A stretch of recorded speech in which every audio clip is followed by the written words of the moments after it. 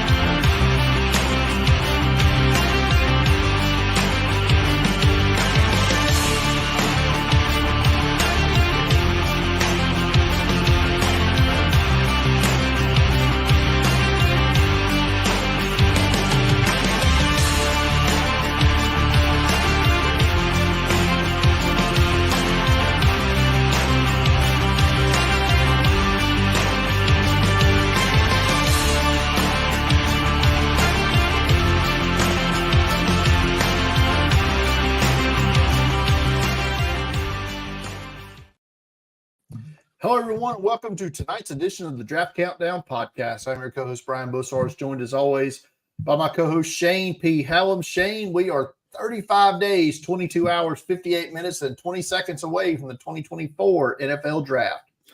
Look, we're seeing the numbers on the site pick up. People are interested in the draft. They're interested in what the team's going to do. Free agency has kind of started to die down. So I think now we're getting a sense of what teams need and where they might look. It's always the fun home stretch here the last month. It feels like it's sneaking up on us. It doesn't feel like it's only 5 weeks to go, but it is. And but if you're new to the YouTube channel here and you're watching live and you got a question you want to hear answered later on in the show, drop it in the chat. If you're watching this on X or Twitter, whatever you want to call it, send us a question to @Draft Countdown, and we'll also answer it later. Or if you're a member of our Discord, you can ask a question there, and we will answer it. If you're not a member of Discord and you would like to join, go to draftcountdown.com, top right corner of the search bar. There's a link to join our Discord channel where we always have good and fun discussions. All right, Shane, we don't talk about GOATs very often on this show, but one of them retired this week. Aaron Donald retired about 3 years too late from the NFL this week and will go down as one of arguably the best defensive players to ever play the game. He's been amazing at every level. I dug through my old tweets and found my tweet from the Senior Bowl the year watching him. He dominated in high school. He dominated in college. He dominated at the Senior Bowl. He dominated in the NFL. Right? Like there was no question, but he's too short. His arms are too short, and so teams passed on him. But, I mean, if you watched him every step of the way, he was a dominant player. And almost every game he's ever played organized football, and I think that's just nuts. At Smart Football tweeted out a video clip from, I think they were playing Duke when he was at Pitt. And he took a read option and he tackled the quarterback and the running back at the same time. Just hilarious. It was absolutely hilarious. But yeah, Aaron Donald hanging him up and easily first ballot Hall of Famer, but has to wait the 5 years. But yeah, he'll be there, no doubt about it. Yeah, and I got to watch him in high school. I mean, he played Penn Hills here in Pittsburgh. I mean, he was an absolute monster in high school too. So it was like a no-brainer ultimately. And he was a really good offensive guard too. I was about to ask. I bet he played offense too. Yeah, he played guard, and I mean, he would just take guys down and they just run right behind him, and took that all the way to success at the high school level too. Thought you were going to tell me he was running back or something. I wouldn't have been surprised. No, he could have done it. He had the athleticism. All right. So I mentioned it in the lead, but it's Trade-a-Palooza 2, Electric Boogaloo this week, and we got many more trades to discuss. You know what? I'm just going to start with the one that matters most to you, Shane, and we'll work our way backwards from there. Chicago gets a conditional 6th-round pick that can become a 4th if Justin Fields plays 51% of the snaps for your Pittsburgh Steelers this year. He'll be now the backup quarterback to Russell Wilson to start with. Reasons we'll get into with the next trade. But your thoughts on Justin Fields going to the Steelers?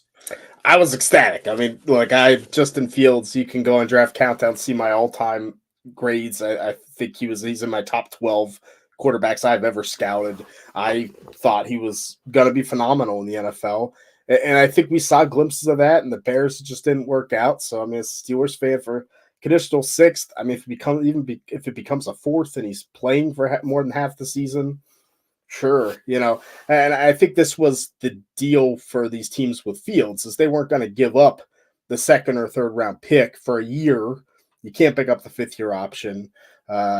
So it's a year of him, and unless you can somehow sign him to a Jordan Love kind of deal, it just wasn't going to happen. This is the best the Bears were going to get, a 5th or 6th round pick, and it sounds like from some of the reports, they asked Fields where he wanted to go.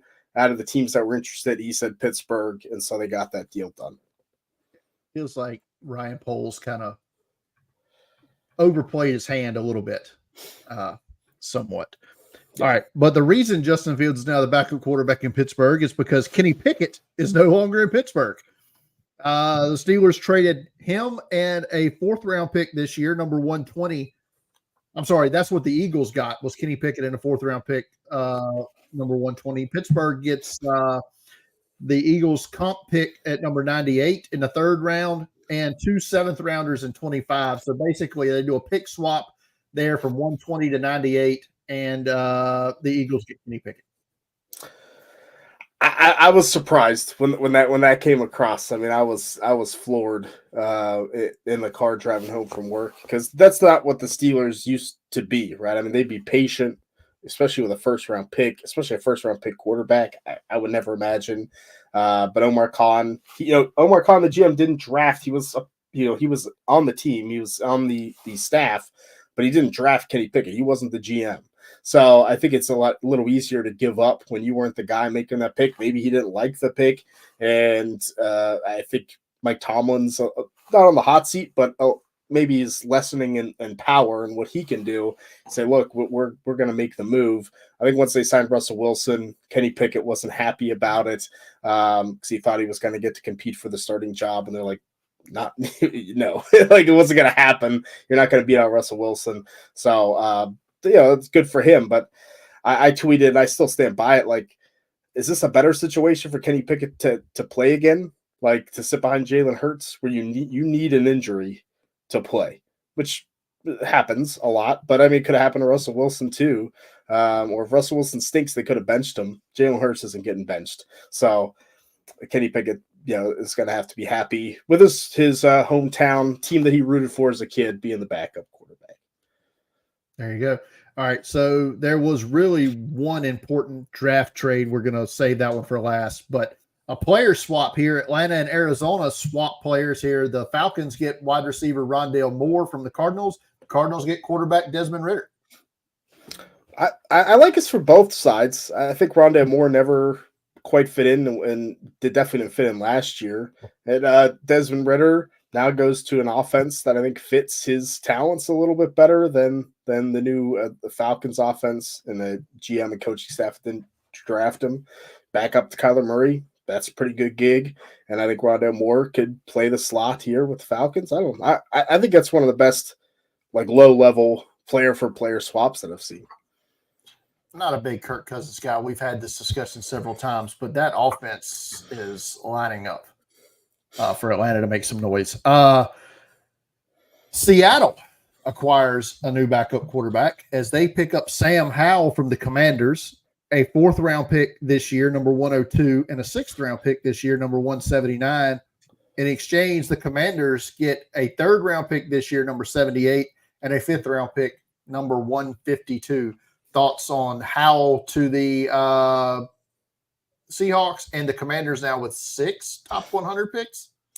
I like the deal for the Commanders. I wonder if they maybe were thinking of letting Howell stick around, but you get that offer like that, you start negotiating, and you get those top 100 picks. I mean, that's a pretty nice return for a quarterback that's not going to play for you. You're going to draft his replacement. You're going to want a veteran to come in anyway, which they brought in Marcus Mariota. So I like it for their side. For Seattle, you're not really in position to draft a quarterback here. So, if you like what you get out of Sam Howell, sure. I thought it was a little expensive maybe for them. I mean, I'd rather use some of those picks just taking a day 2 quarterback, but I get it. I mean, they go down with 24 spots in the draft. Yeah. It's not that bad. It isn't that bad. A trade I did like low key here. The Chargers get a 24 fourth round pick from the Bears in exchange for wide receiver Keenan Allen. I kind of like it. Yeah, it's another one I like for both sides too. I mean, if the Bears have setting up Caleb Williams for success, right? I mean, yeah. They are really doing what you're supposed to do when you bring in a quarterback. Well, they didn't do for Justin Fields because Keenan Allen is just a safety blanket, and the Chargers couldn't afford him. They weren't going to bring him back. Like you might as well get something.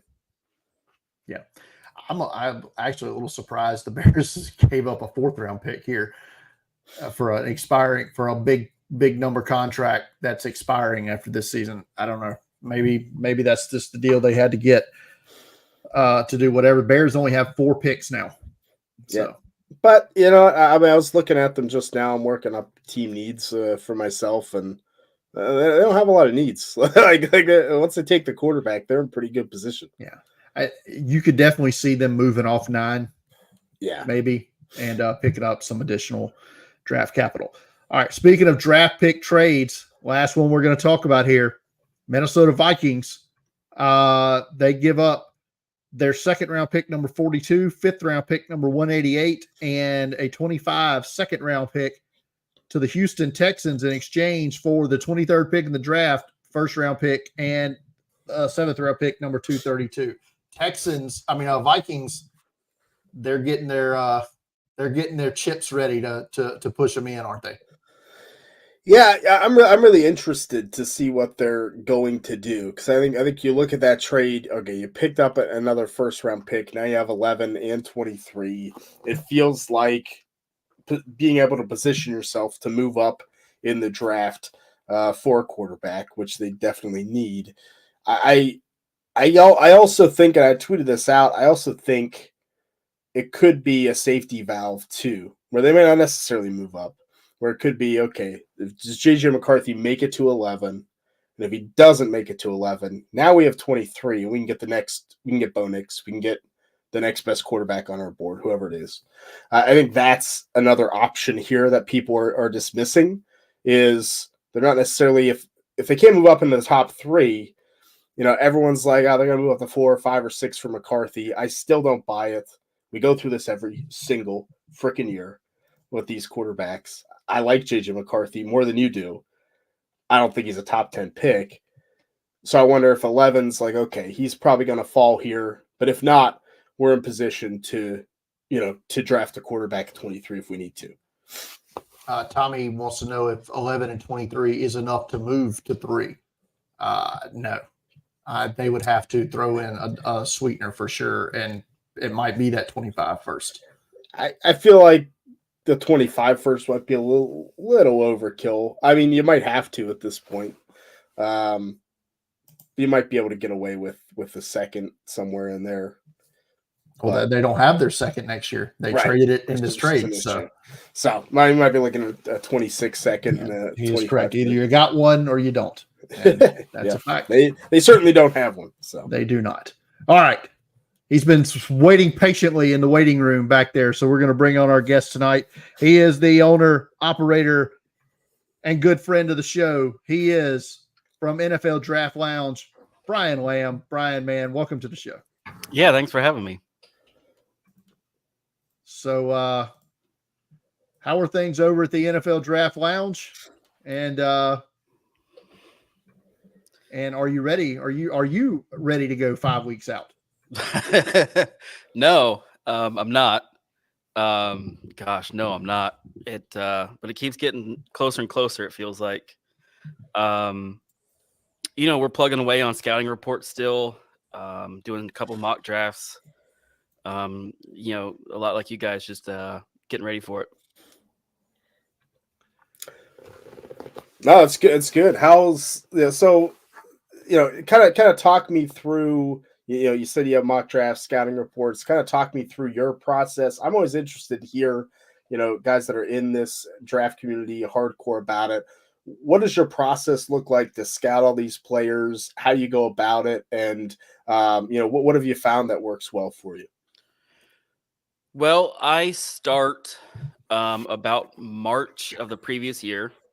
So I've already started on 2025. And just kind of start working from the top down. This year there really wasn't a lot of change as far as the quarterbacks go. Caleb Williams and Drake May were at the top and ended up there. Jaden Daniels is somebody that kind of comes on throughout the year. And just, trying to keep up with that. And doing scouting reports on those guys and trying to update those throughout the year. And building our board from there and trying to keep up with it weekly.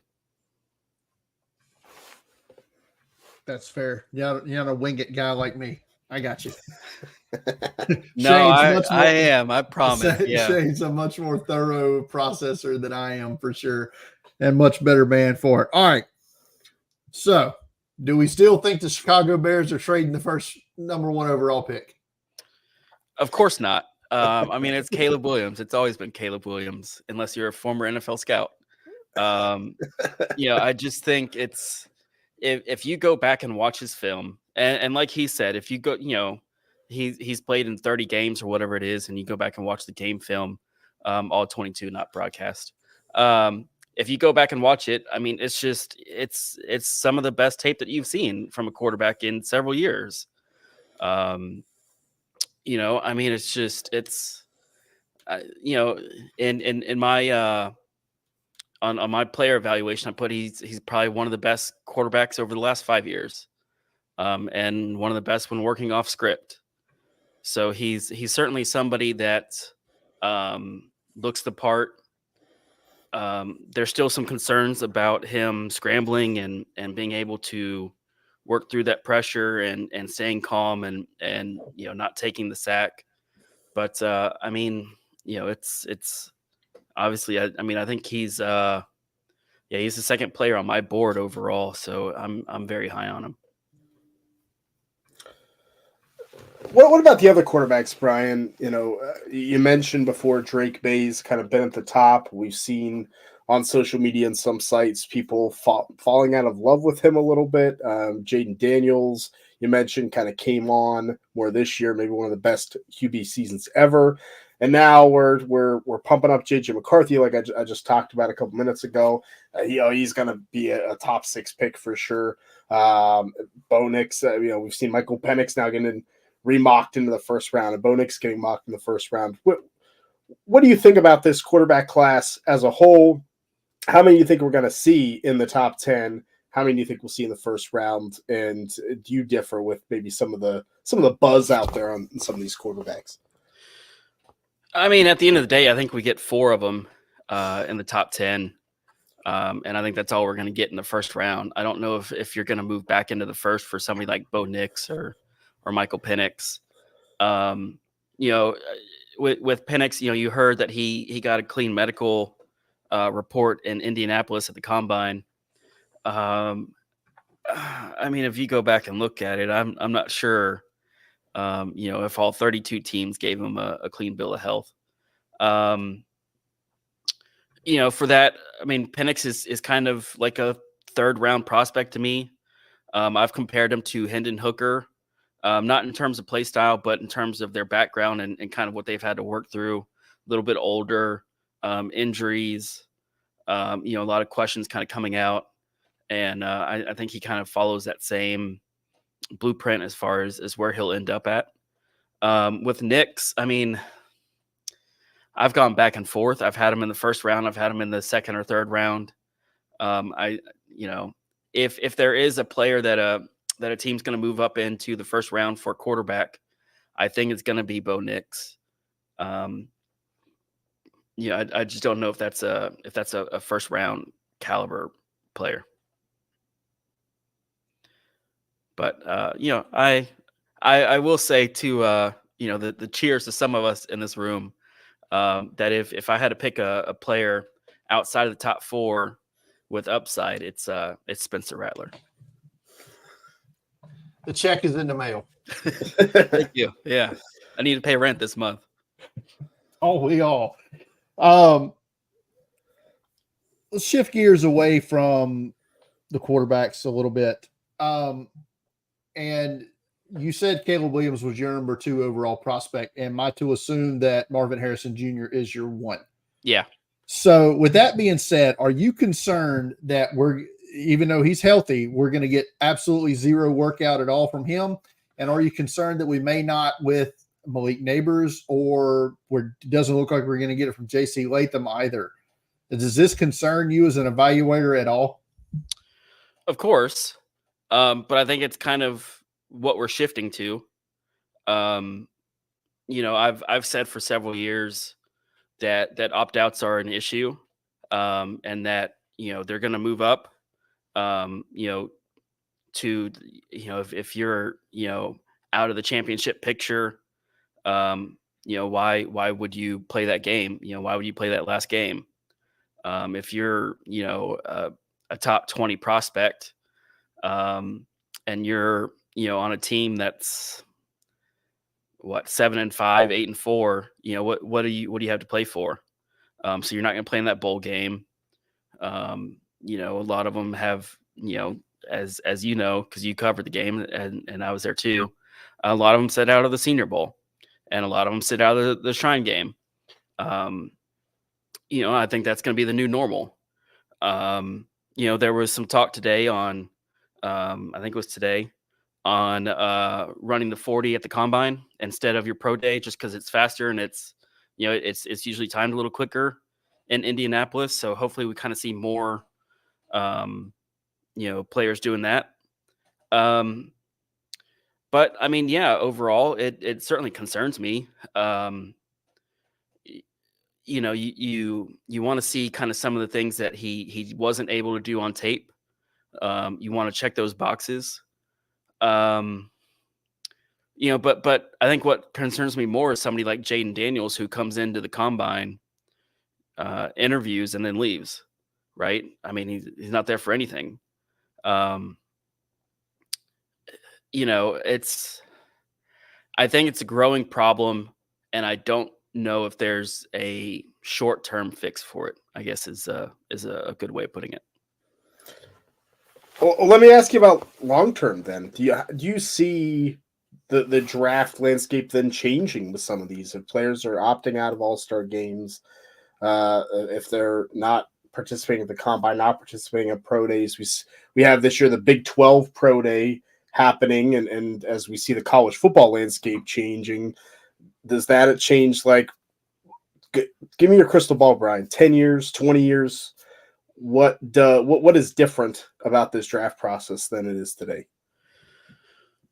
I'm really interested to see how this Big 12 pro day goes, and not just the execution of the event itself, but kind of how those players work through the draft, and our team satisfied with what they are able to put out there. It's, if you ask me, I don't think that we'll see much of a change to the combine. If anything, I think you'll see a change to the pro day. I mean, it's the combine, right? Gosh, it's just, I would be very surprised if the combine changes or is eliminated, drastically from what it is now, if it changes a lot. I really hope that we kind of see more players kind of opt to participate in some of those drills. Maybe not the gauntlet or some of these drills that the linemen go through with the bags and the agility drills, but at least testing through the 40, and some of that stuff, the vertical, the bench, some of that stuff. Yeah, I mean, I hope it doesn't go away because, like I said, it's a big part of the evaluation for us as evaluators. Because I mean, that's how you break up some of these clusters, if you will, is some of this testing. Speaking of testing, and so I want to be negative for a little bit here. Not that I'm the negative one on the show, but I kind of am. Um, what's the worst? What's the worst position group in this draft for you? Is it tight end or safeties? Because good God, what are these safeties doing out here? Yeah, I mean, look, I mean, if depending on where you want to put Cooper DeJean, if he's a cornerback or he's a safety, I mean, that class just changes drastically, right? But for me, it is tight end. Um, I mean, when we watched him at the Senior Bowl, Brian, there's no agility, there's no twitchiness, it's stiff runners. And even if you go back the year before, it was sort of kind of the same thing, right? So, it's I like Brock Bowers. I don't know if he's a top 10 prospect. Um, he's kind of the player that I've highlighted as maybe somebody that can follow a little bit. Um, but I mean, then outside of that, there's just not a tight end in this class that I look at and say, man, like that's the guy that I want on my roster to take over as tight end one or tight end two. Um, I don't see it. I see a bunch of, I mean, depth guys, right? It's fair though. If these safeties keep failing these workouts, I don't, I don't know. I didn't think I would have to change my top safety again, but after today, Tyler Newman lost the battle of the top safety with a 28, 2.8 RAS. Give me some of your guys, Brian. Like, who are guys that you like that you're higher on than the general consensus that you'd pound the table for? I love asking this question to everyone that comes on the show because we get so many different perspectives. I mean, I'll give you a safety. I don't know if I'd even call him a safety, but it's Sion Vaki. Um, I think he's just a really smart player. I put out some all 22 on him on my Twitter account. I think he's more maybe of a linebacker type of guy, plays in the box. One position group that I'm high on is linebacker. I think there's a lot of guys there that are just really good. One of them that I've been high on for a while now is Nathaniel Watson out of Mississippi State. Just had just massive numbers in the SEC, and just wasn't climbing up draft boards and went into the Senior Bowl, won the award for his position group, and just continued to climb and perform. Didn't think he had a great combine, but I think he's still somebody that's in like that top 150, 175. But I mean, even looking at the rest of that group, like Peyton Wilson, I think is just a phenomenal athlete, great player. It's the injury concerns that are going to knock him down a little bit. But Brian, I think it was you that said, that's how you end up with an all pro player in the 4th or 5th round.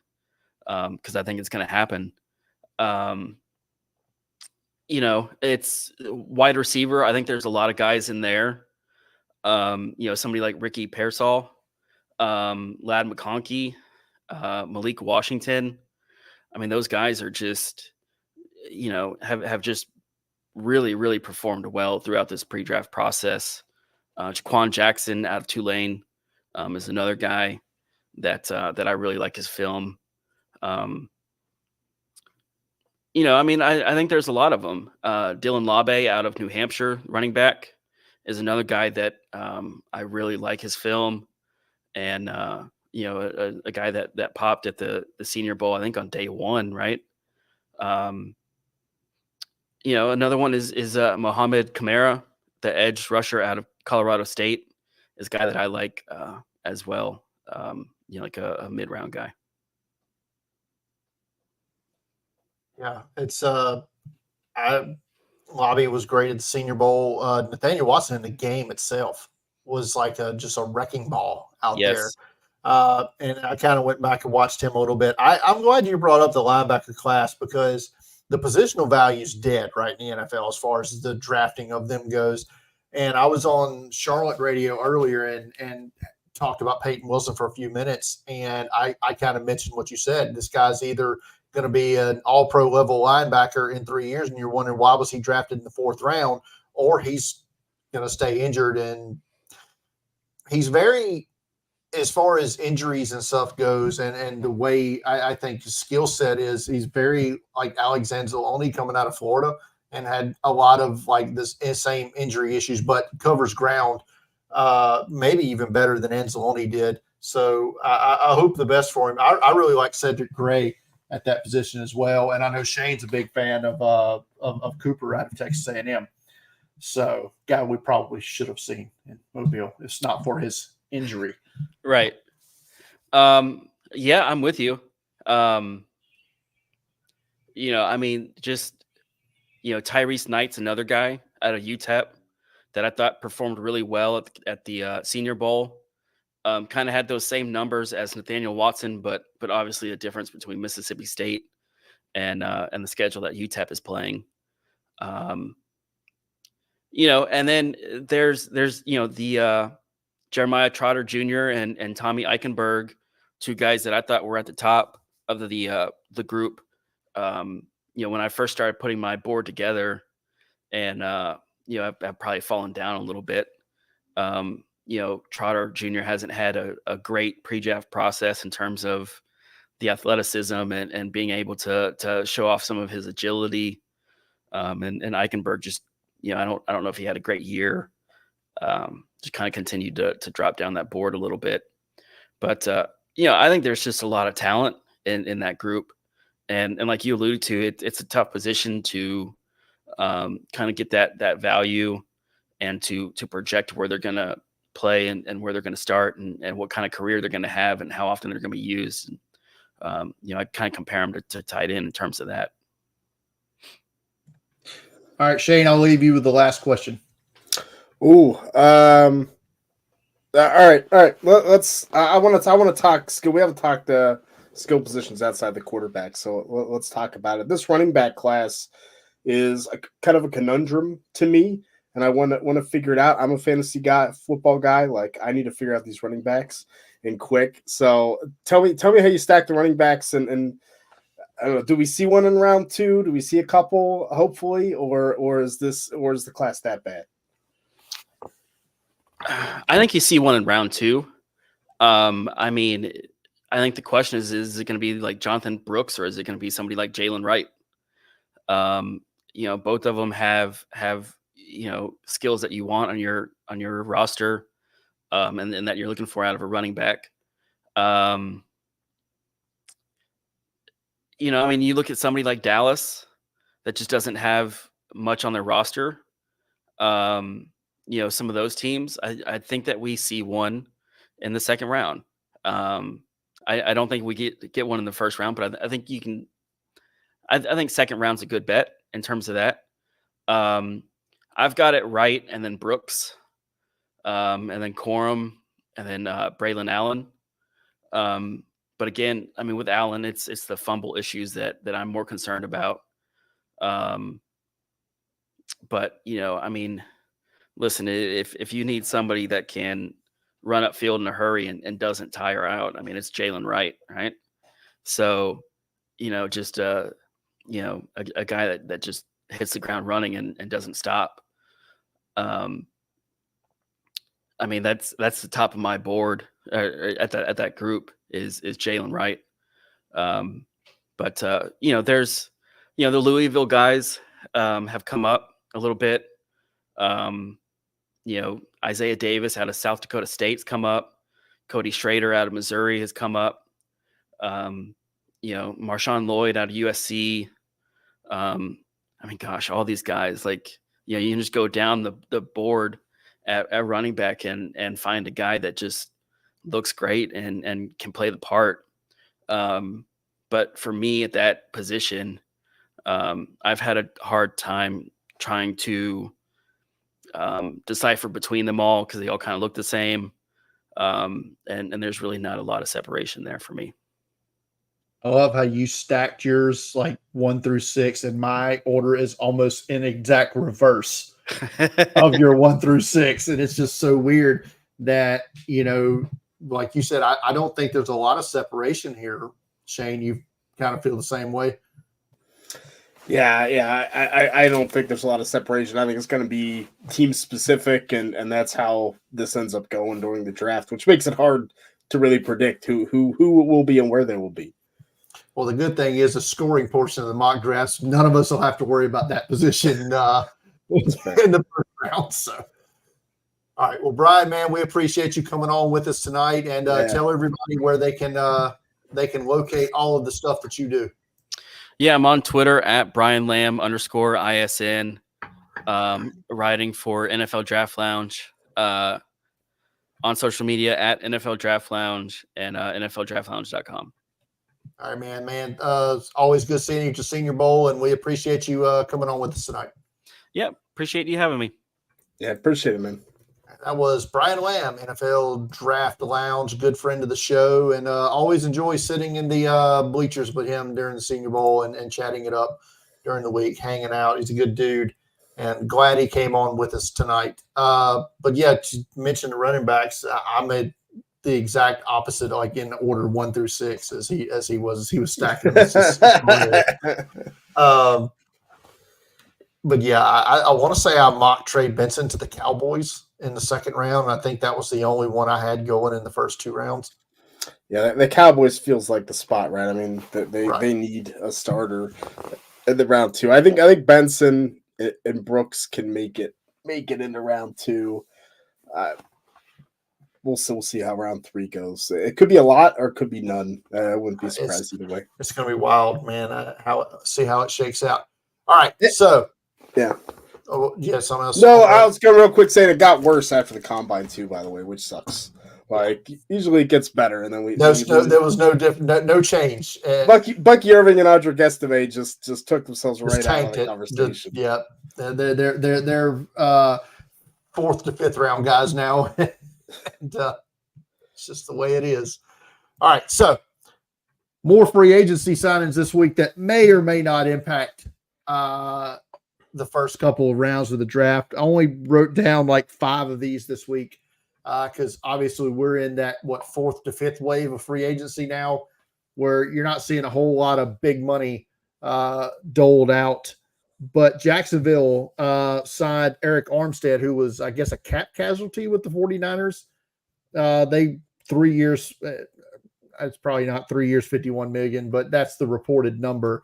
But that's a good get for the Jags, and I know he had a lot of other suitors.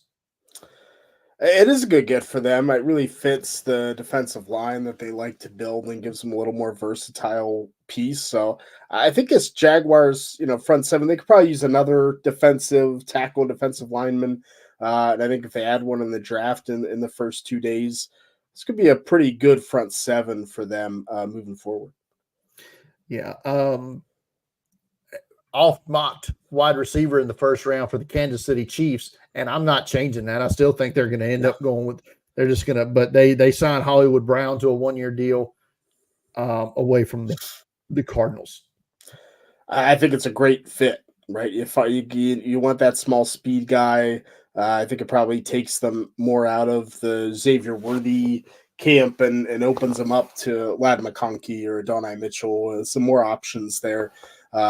And if, unless they trade L'Jarius Sneed, then I think corner maybe also on the board for them. Yeah, that's fair, and that's like I kind of changed my mock a little bit this week. I had the Colts moving off of corner because that was the rumor. That was the hot rumor at the time I was typing this up, but it ended up not happening, and I don't know if it is going to happen or not. But Sneed's on the franchise tag right now, right, for Kansas City, so they don't have to trade him, right. But we'll see. The Jets signed a couple of free agents this week. Tyron Smith, formerly of the Cowboys, coming to their offensive line room there, and this was after trading for Morgan Moses last week, right? So they're just bringing in the vets, right, to put in front of Rodgers. And they signed Mike Williams, the former receiver for the Chargers, who they released as a cap casualty last week. I think it was a 1 year up to $15 million for Mike Williams. So they're going all in again with Aaron Rodgers. Maybe it'll go better for him this time. Yeah. Also signed John Simpson, the guard from the Ravens. He certainly could start. So there could be 4 offensive starters that they signed. I assume before it's all said and done, before the season starts, David Bakhtiari is there as the swing tackle. So yeah, I guess fair. Rodgers has to dial it up. Maybe they bring Randall Cobb back. I think they got to get him back in the fold. Why not? I still think the Jets could take a receiver at 10 if like a Rome Odunze falls there. I don't think Mike Williams is stopping you from doing that, and they certainly don't really have much depth at the position. But like you said, I'm with them. You might as well push all the chips in. And as Tommy in the YouTube chat says, if Smith and Williams can stay healthy, it's a big if. If Aaron Rodgers can stay healthy, he might be a big if as well. The hot name at 10 right now appears to be Brock Bowers. That's where I went in my mock on Monday. Yeah, I could certainly see it. If he's sitting there at 10, that would make a lot of sense. Yep. And finally, the Bengals. Who had before this week, Cody Ford was slated to start at right tackle. Not great. But they signed Trent Brown from New England, and now the Bengals have the largest set of bookend tackles maybe in NFL history at this point, with Orlando Brown Jr. and Trent Brown. What a one year deal for Trent Brown. Do you think? How does this? Do you think it affects the Bengals drafting a tackle? Does it affect that at all, or is it still? We have a question on Twitter that kind of alludes to that a little bit, so we'll get to that at the end of the show. But I don't. It's a short answer. All right. I alluded to it in the open, but Big Draft has some new mocks out this week, and there are discussionable points in these. So we'll start over at the mothership of the ESPN there, and the Godfather himself, Mel Kiper. New mock draft has 5 quarterbacks in the top 12, with Bo Nix being the 5th, going to Denver at 12. No chance, right?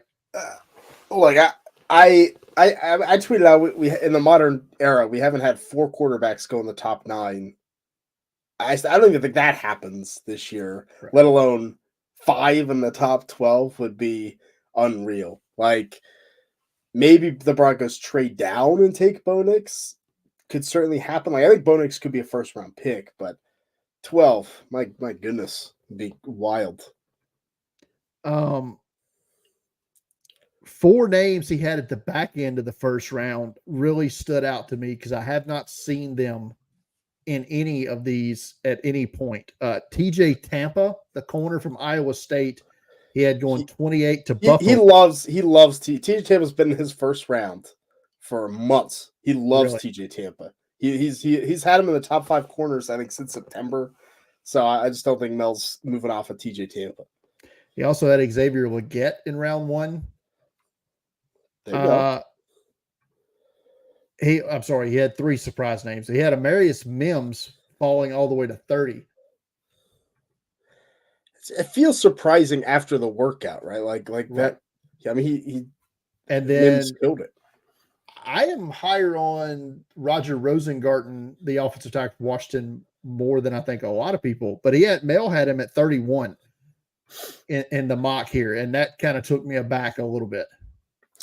Yeah, I don't think that one's. Yeah, I mean, TJ Tampa's probably the worst of the 3 to me, because I think Legette and Rosengarten are, high-ish round 2 picks. I think they certainly can be. So a team in the back end could take one.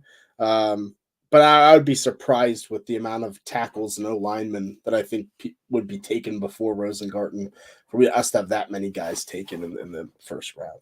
Yeah, I think so too. Daniel Jeremiah asked a question a few days before he posted his, should I choose chaos? And he decided to choose chaos in his mock, which is always fun, right? But he had 4 quarterbacks in the top 4, with Minnesota trading up to the 4th pick with Arizona, of which he then followed that up with, I'm going to be honest, this seems fairly plausible to me. If the Arizona does move off of 4, and we did have that scenario, and then he had the Jets moving up from 10 to 5 for Marvin Harrison Jr. Although I'm not sure, if I was the Chargers, I would just kind of hang there and make that pick myself. But Harbaugh's going to pick a Buckeye. Get out of here. Okay. He also had a 5th quarterback in the first round, this time at 13 to Las Vegas, and Michael Penix Jr. was that.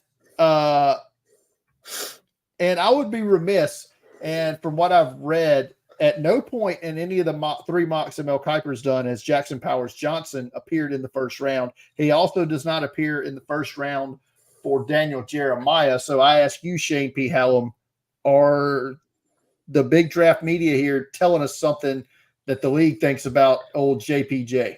Yeah, you know what? I think yes. I think we probably overhyped him a bit, and I still love him as a prospect. I will still have him as my top interior lineman, but I don't expect him to be the first one drafted anymore.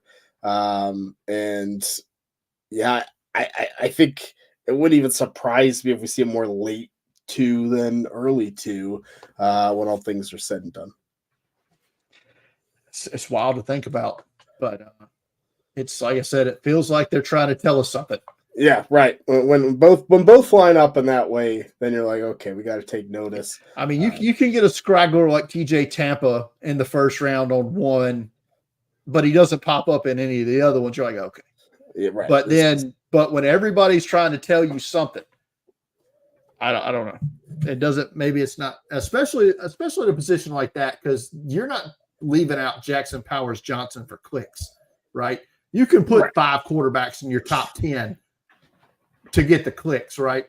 But no offense to Jackson Powers Johnson, but he's not a publicity needle mover. Now, Jeremiah had him in there today, right? He had him to Dallas at 24, so maybe lower than we've had. But okay, man, I may have overlooked that. I'm sorry. No, you're good. But yeah, but I'm still with you. I still think Jackson Powers Johnson isn't a lock for the first round by any means. Yeah, we got a question in the chat, and we'll talk about that right about now. But let's go. Let's answer some questions here. And we said we had one on the Twitter machine here, and I bookmarked it. So let me find it here. At Westchester Kid asked, and I think this is a good question: how far off are the round 2 offensive tackles to the round 1 guys? And if the Bengals go BPA at 18, are there round 2 offensive tackles that can be above average long-term solution?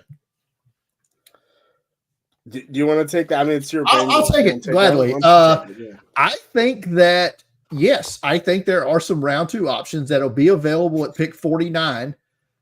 I'm not saying they're Joe Alt, Olu Fashanu, Amarius Mims level, but I don't think there's that large of a drop-off from, say, J.C. Latham, Troy Faltanu to Roger Rosengarten, to me, who I think could be available at 49.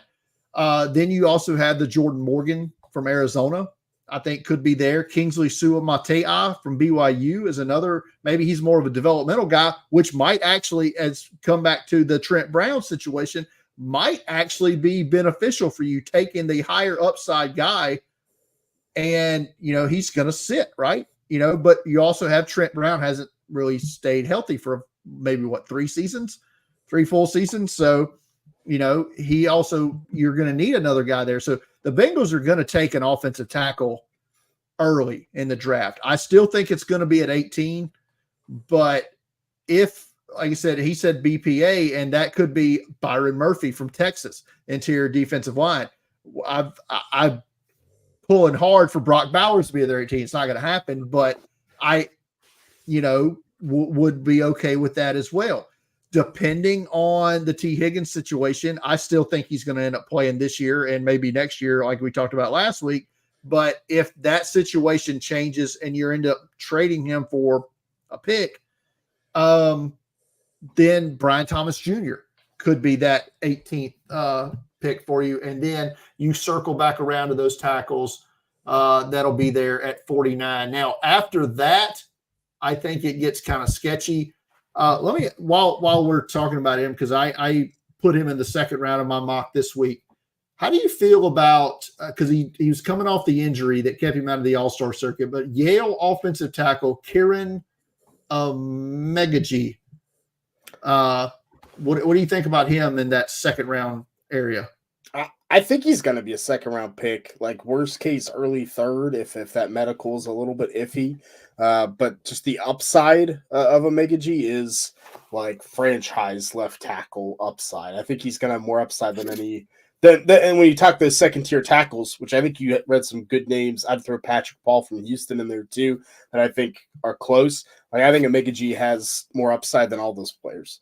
He's older, but Christian Jones from Texas, I think, could be in that range as well. Maybe he's more of a third round guy, but I think he's in that day two tackle area as well. But yeah, so I'm with you on him. I think he's going to get drafted higher than maybe people who have never watched Yale football are going to know about, right? And look, I think the Bengals could be a situation that works for him, right? Where you have Trent Brown and you can bring him Megaji along slowly, but if you got to plop him in at right tackle, it's not the end of the world. Yep. All right. So Tommy had several questions here as we were going. I thought, let's save them for the Q&A portion of the show. How about Zach Frazier, the center from West Virginia, going to the Bills now that Mitch Morse is in Jacksonville? I think it's a possibility. I mean, Zach Frazier from West Virginia has been gaining some steam. I think he's definitely a top, 50-ish pick at this point. Maybe second round he'll go for certain. The Bills, they have Connor McGovern, who I think could start in a pinch, but I think center is going to be high on their priority list. Bills have been a weird team for me to mock for here. Yeah. Oh, I feel like they always are. Like Bills and like Titans always are just strange for me. And he responds, Bills and Steelers don't have a center. He said both Jackson Powers Johnson and Frazier will be gone by the end of 2 for sure. Yeah. That's a lock. And then he poses Graham Barton to the Bengals in the second. No. I think at this point, Graham Barton's the top interior offensive lineman off the board. Right. Yeah. I mean, I think Graham Barton, probably most teams have him as a center at this point. It could be a team that still has, there's going to be someone that have him as a tackle on the board. But I think Barton, I'll never say a lock for the first round for an interior lineman. Like that's never the case. But I'm with you. I think he's probably going to be the first one drafted. I feel like I mocked him to the Dolphins at like 22. Yeah, which is a nice fit for certain. All right, so that's going to do it for tonight's edition of the Draft Countdown podcast. Thank you all for Tommy and everybody else to send in their questions. We always like getting those, and thanks to Brian for coming on earlier. Final thoughts, Shane, as you got another 7-round mock coming up on Monday. Yeah, another one coming up. But look, I'm gonna try to pull out my Daniel Jeremiah for some chaos. I gotta get a rare pick on the mock draft database, right? I gotta You've been slacking, man. You've been safe. Slacking, like, be honest. I thought the last one was gonna be decent, at least like normal, but no. So we got to make some changes here, and usually that'll make some fan bases mad. I didn't even look and see how how'd yours stack up on the mock draft? If you got Mark safe, you can't be giving me crap anymore. You're right. Let's see. I got Mark safe. Yeah, you got Mark safe too. So let's we're just safe. Safe as can be here at Draft Countdown. I had no rares. I'm ashamed of myself. Is what I am. My final thought today was I want to send a shout out to Arif Hassan, and on his Substack today released a great article that everybody who ever looked at the Draft Network as a site needs to go read this thing that Arif wrote, and just crazy what happened over there, and kind of the stiffing of some good dudes like Joe Marino and Kyle Krabs and many others. Just great piece by Reef, and shows that good journalism can still be had out there and in this football world. Yeah, no, I have not read the piece. It's still probably going to be a little bit because I got this mock and some other work to do, but at some point I will sit down and read that, and I'm going to save it for a time when I can really digest it. Yeah, it was good stuff. All right. So that's going to do it for the show. As always, if you're new to the channel, hit that subscribe button and hit the notification bell so you get notified when we go live each and every week here. And we got some good stuff coming up in the next few weeks. We're going to talk mock drafts next week with Denny from Mock Draft Database. He's going to come on. We're going to talk about all kind of good trends. I know we always like having him on the show to talk about that stuff. So he's coming on next week. And some other good guests coming up. Going to staff mock, I think, in 2 weeks. So we'll have another full 1-round mock on the show. Then if you're listening to us on an audio platform, be it Spotify or Apple Podcasts, give us a 5-star review, share that stuff out, let everybody know where they can listen to us at. On Twitter, you can follow me at Deep Fried Draft. You can follow Shane at Shane P. Hallam. You can follow Draft Countdown at Draft Countdown, and go to draftcountdown.com for all of your daily NFL draft needs. For Shane, I'm Brian. Good night, everybody.